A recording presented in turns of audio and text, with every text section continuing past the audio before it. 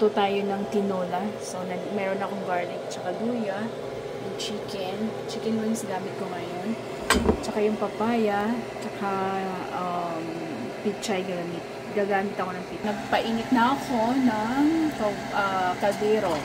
Ayan. Kaldero, lagyan natin mantika. Gamit ko mantika is coconut oil organic. So, mainit na yung ating mantika. Lagyan natin yung luya. Ayan. Na yung luya natin, at natin yung garlic natin. Ayan. Ayan. So, drop na natin yung ating chicken.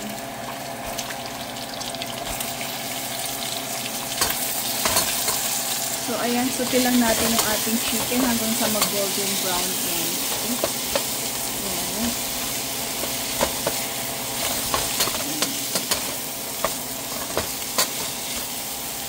Takpanan muna natin. So, tingnan natin.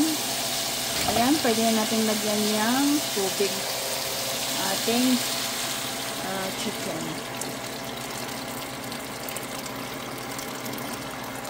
Pat. Ayan. Haluin. Color earn. Sabi nga ng isang chef, color earn. Ayan, color earn. Ayan. So guys, nilagyan ko ng wala akong tanglad so pandan nilagay ko. So kanya-kanyang experiment. So first time kong lagyan ng pandan leaves. O see, pakuluin lang natin at balikan natin after 15 minutes. Alright, so lagyan na natin yung ating papaya. Ang ating papaya. Alright.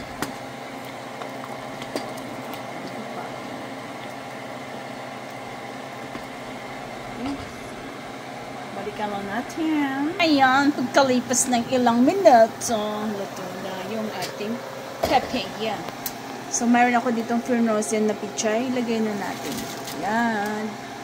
Kasi, frozen na lang natin yung mga vegetable natin na hindi natin magluluto agad. So, kagaya yan. Pichay na yan. So, nalinis na. Hiwa-hiwa na. So, para lagyan na lang siya dyan. So, ganun lang yan. So, yung lunch for today. Tinolang maniokish. So, ayan guys. Luto na yung ating tinolang manok. Ayan. Ish. Ayan. So, pakpak yung ginamit ko dyan guys. Kasi yun lang yung mayroon ko ngayon. So, yun lang. Thank you. Bye.